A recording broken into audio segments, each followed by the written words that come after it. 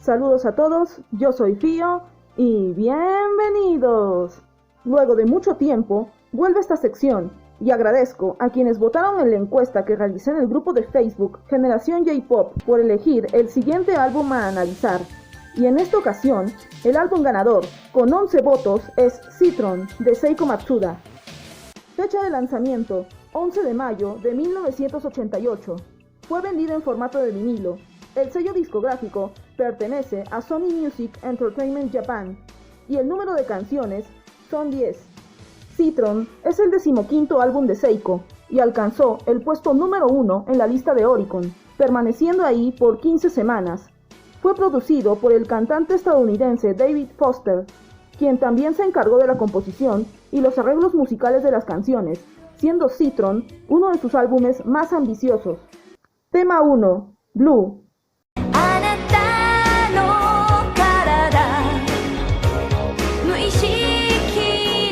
Empezamos este análisis con un tema de aquellos que te relajan y que yo usaría para algún viaje. Te desconecta del mundo y para todos aquellos fans de Seiko, escucharla es simplemente un deleite. Acompasado de una reverberación suavecita y un sonido de bajo y guitarra maravillosos, esta canción se gana un 100%. Tema 2. Marrakech.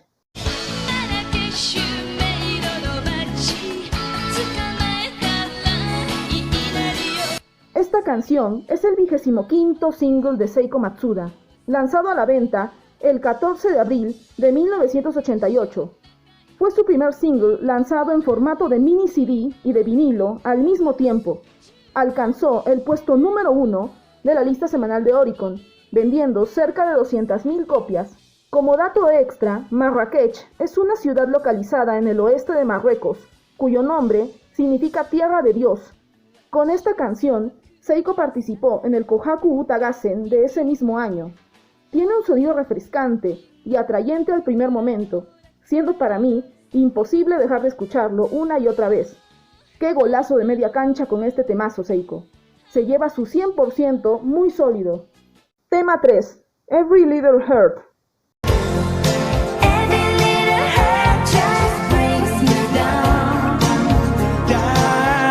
Seiko canta este tema con David Foster y la letra está completamente en inglés. ¿Qué tal dúo? Y es de esas canciones que escucharías si tienes el corazón roto, pero que a pesar de todo aún amas a esa persona. Es de esas baladas que te llegan al cócoro, sin duda alguna. Le doy un 100% inmediato. Tema 4. You Can't Find Me.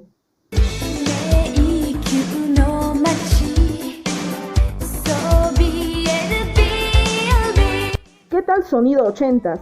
Y esa energía se mantiene durante toda la canción. Ese sonido de bajo que se siente tan interminable me encanta y ratifico la importancia de este instrumento. Además, la guitarra también cumple excelente su función de darle más potencia. Se siente que Seiko ha disfrutado mucho cantándola. También se lleva su 100%. Tema 5. Daite.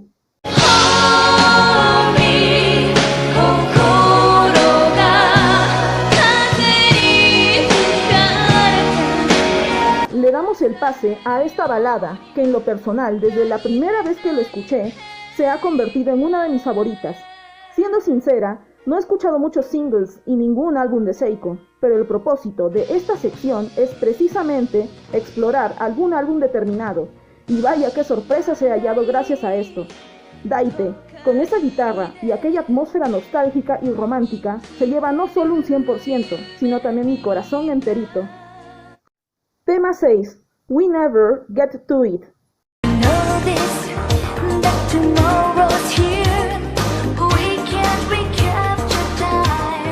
Los coros son lo primero que resaltan, y como siempre, Seiko luciéndose con su pronunciación del idioma inglés. Es un deleite escucharla, y ese puente musical de la mitad de la canción te atrapa. También se lleva un 100% sólido. Tema 7. Soku Akai Sweet Pea.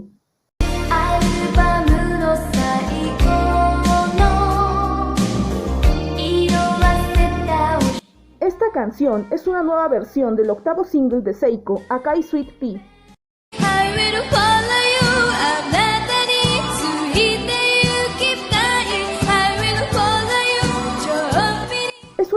secuela de aquella canción, no en sonido, ya que ambas en ese punto son muy diferentes, pero en mi opinión, sí está ciertamente relacionado en la letra. La primera versión de 1982 habla sobre una chica que expresa su amor a alguien, que sin importar lo que pase, ella estará siempre a su lado, y refleja ese amor tímido de adolescente. Pero esta versión menciona, ya siendo una adulta, que el hombre a quien amó alguna vez ya está casado, y que ella se siente aliviada porque ese hombre merecía a alguien mejor, pero nostálgica al mismo tiempo al recordar el pasado. Ya cada quien sacará sus conclusiones. Este tema para mí tiene un 90%. Lo siento, pero me enamoré más de la versión de aquella Seiko inocente y dulce.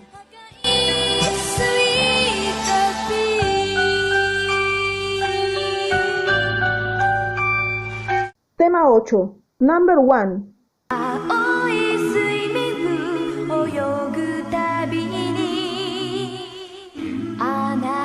El comienzo me sonó como alguna canción de Hiroko Kasahara en una versión a capela.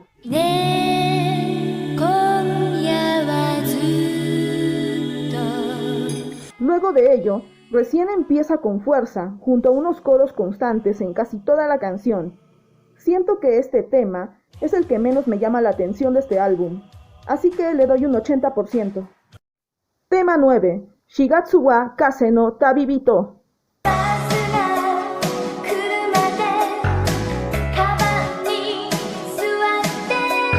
Una canción con una fuerza muy compacta, y la voz de Seiko se acopla al fondo musical de guitarras.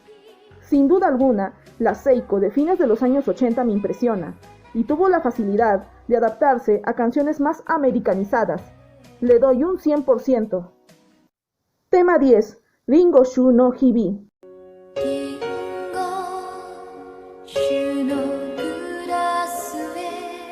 Qué hermosa forma de darle fin a este álbum. Pasa de una balada suave a la música clásica, dejando que primero Seiko cante un poco y luego se luzca la parte instrumental por un buen rato.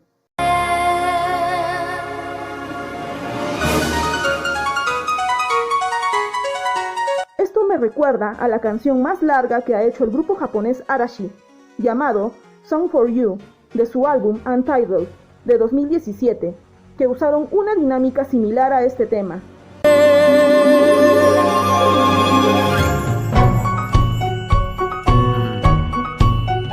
Me encantó esa variación en este último tema y por ello se gana su 100% de mi parte.